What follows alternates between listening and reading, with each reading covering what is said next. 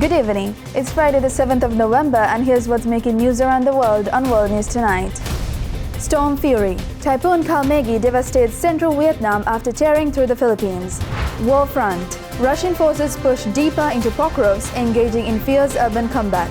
Retail craze. Starbucks' viral Bearista Cup ignites nationwide customer frenzy with fans queuing overnight.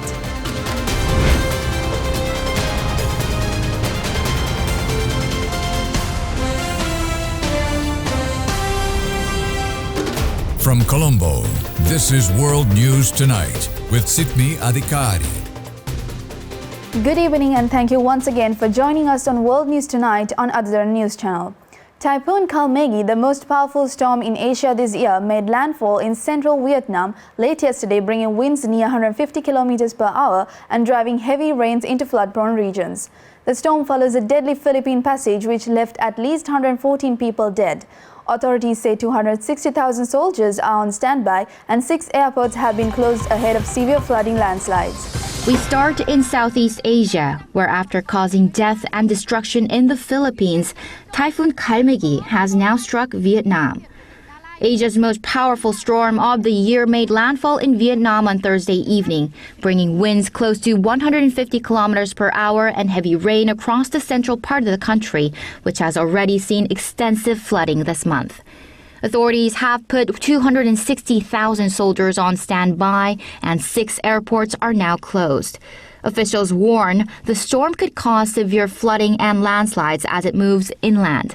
According to the disaster database, this typhoon is so far the world's deadliest of 2025, killing at least 114 in the Philippines, where it flooded entire towns.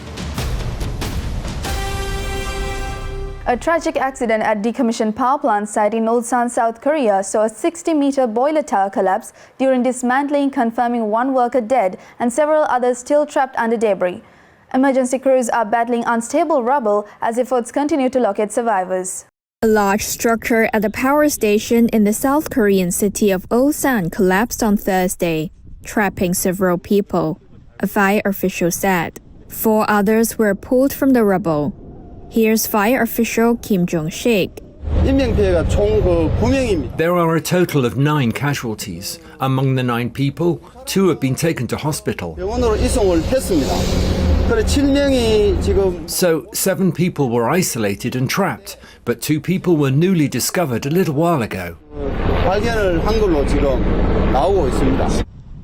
Kim told reporters workers were in the process of taking down parts of the structure, which is a decommissioned steel boiler tower built in 1981. They were preparing it for demolition in about 10 days when the incident occurred. Fujian, China's new domestically built aircraft carrier equipped with electromagnetic catapult launch technology, has been officially commissioned in a ceremony attended by Xi Jinping. This milestone signals Beijing's ambition to compete more directly with the United States Navy and extends its naval reach beyond regional waters. The Fujian is the first aircraft carrier for China designed and built entirely domestically, representing a major shift from the earlier Liaoning and Shandong, which relied on sky-jump launch ramps and older Soviet-derived designs.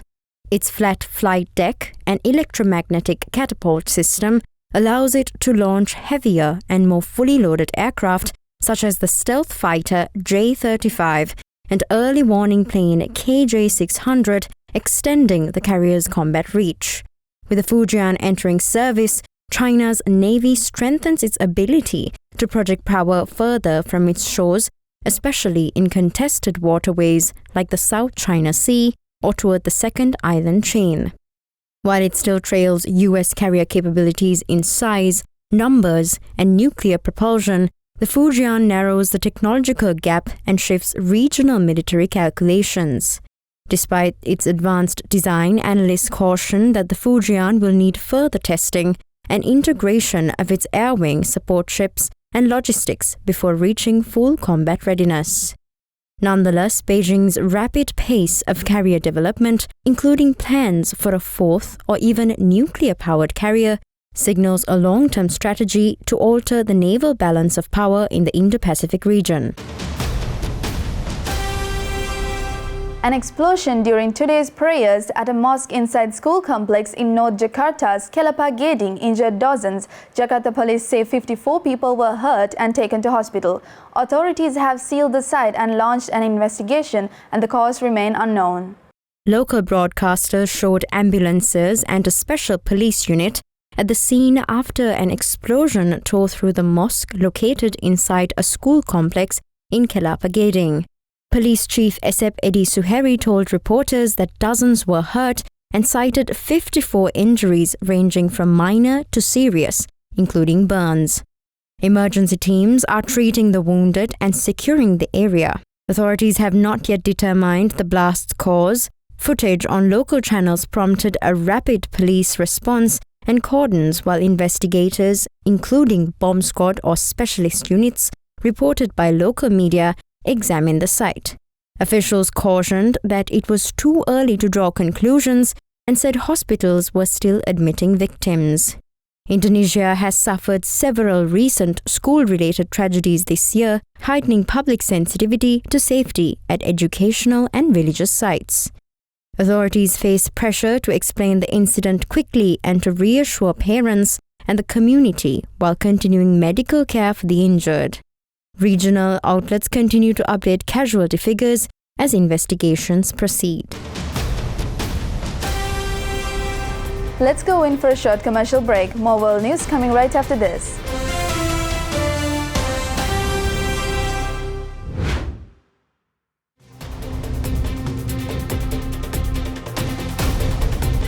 Welcome back. According to the Russian Defense Ministry, the Pokrovsk city offensive has entered a decisive phase as Donetsk region houses come under heavy house-to-house assaults. Ukrainian armed forces acknowledge intense pressure but deny capitulation.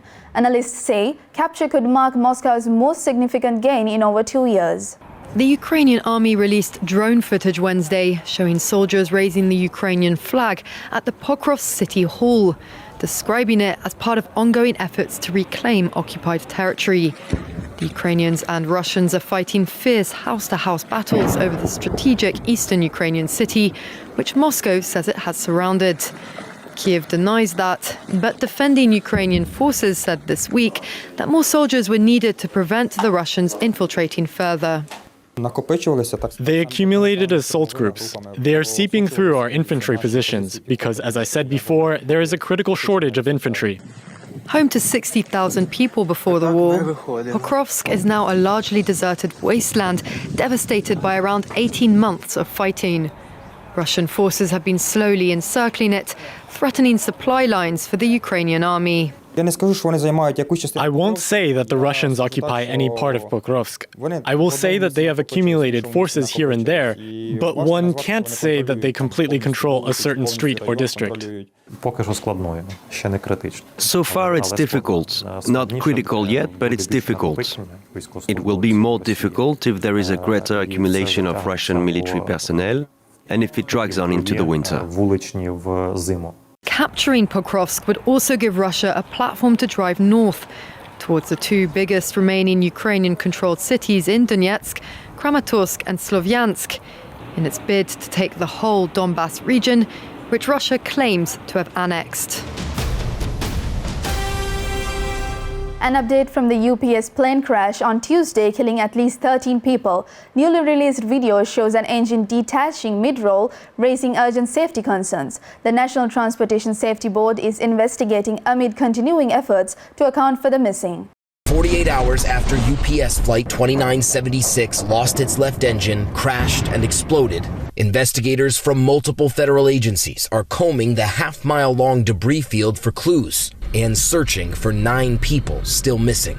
We found multiple pieces of engine fan blades, along with the main component of the engine of the number 1 engine, which is on the left side of the aircraft. The NTSB says they successfully extracted the data from the charred flight data and cockpit voice recorders, and preliminary flight data shows the plane was 450 feet off the ground and going 210 miles an hour when it crashed. And they're poring over the multiple videos that show the plane and the explosion. Watch this dashcam video closely as the plane screams past. You can clearly see the plane's right engine intact, but the other two engines are gone. Experts say it's possible that when the left engine fell off, it took out the plane's center engine, leaving the plane without enough power to get airborne. At least 13 dead and at least 9 still missing. Did everybody make it out? No. What do you mean no? No! Sean Garber says at least 3 workers were trapped inside his scrap metal recycling facility. And late today, UPS identifying the 3 crew members who died on that flight. Captain Richard Wartenberg, First Officer Lee Truitt, and International Relief Officer Captain Dana Diamond. The Israeli military launched airstrikes across southern Lebanon after issuing evacuation warnings for several villages, saying it struck Hezbollah military infrastructure. Lebanese health officials reported at least 1 killed and the others wounded. UNIFIL and Beirut condemned the strikes amid fears the fragile ceasefire could unravel. Israel carried out a wave of air and drone strikes on multiple locations in southern Lebanon after warning residents in villages such as Aita al-Jabal, Tyre Deba, and Tebe to evacuate. Lebanese health authorities reported casualties, while local footage and AFP reporters showed damaged buildings and fires in hit areas. The Israeli military said the strikes targeted Hezbollah weapons storage sites and infrastructure it alleges are being rebuilt in the south. Actions it calls necessary to prevent the group from rearming after last year's fighting. Officials framed the strikes as enforcement of the ceasefire's terms rather than a return to full-scale war. The Lebanese government, the Lebanese army, and UNIFIL condemned the strikes as violations of the ceasefire and warned of escalation. Analysts warn repeated clashes risk wider confrontation and stress the importance of diplomacy and monitoring to prevent an unwanted slide back into larger conflict. The paramilitary Rapid Support Forces in Sudan has formally agreed to US-led humanitarian ceasefire proposal brokered alongside Saudi Arabia, Egypt and the UAE. The deal follows the RSF's recent capture of the city of Al-Fashir, where witnesses report civilians killed and abducted after takeover. The town of Tawila in Sudan is now a sanctuary for a vast number of displaced people, many of them having fled to the city of Al-Fashir, the capital of Sudan's North Darfur region. That city fell last week to fighters from the paramilitary Rapid Support Forces, or RSF, which has been locked in a 2.5-year civil war with Sudan's army. The RSF, in a statement on Thursday, said it had agreed to a proposal from the United States and Arab countries for a humanitarian ceasefire. The Sudanese army did not immediately respond to the RSF announcement. Both the RSF and the Sudanese army have agreed to various ceasefire proposals, though none have succeeded. Witnesses say the RSF killed and abducted civilians during and after its capture of Al-Fashir, including in summary executions. Video from Tawila released by the United Nations High Commissioner for Refugees on Thursday showed people living in makeshift shelters. A representative from the Norwegian Refugee Council said some children fleeing Al-Fashir are so severely malnourished that treatment may not be able to save them. Up to 10,000 people have arrived in Tawila. The town was already overwhelmed by hosting more than 600,000 internally displaced persons since April who had fled previous fighting. The United States, Saudi Arabia, the United Arab Emirates, and Egypt called in September for a 3-month humanitarian truce in Sudan, to be followed by a permanent ceasefire. Time for a short break now. We'll be right back with more world news.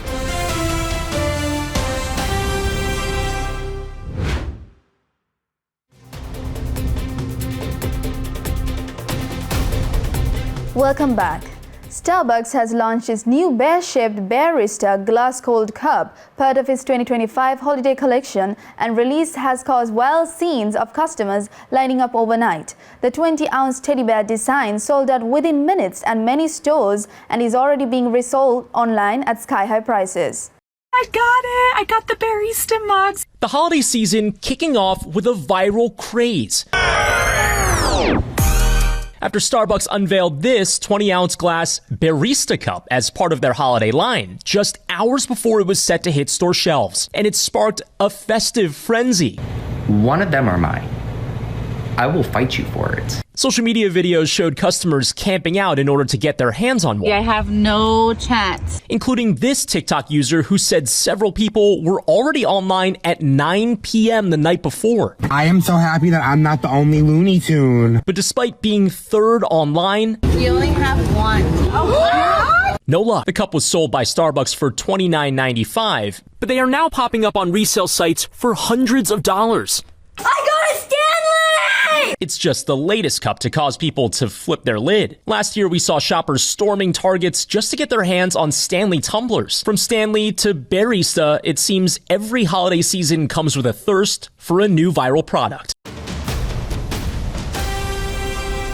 Chinese toy giant Pop Mart this week opened its first theme amusement park, Pop Land, located in Beijing's Changwon Park, bringing its popular character Labubu and related IPs to life. The park marks a major step in the company's strategy to turn its collectibles into immersive experiences and build long-term brand engagement. Say what you will about Labubu.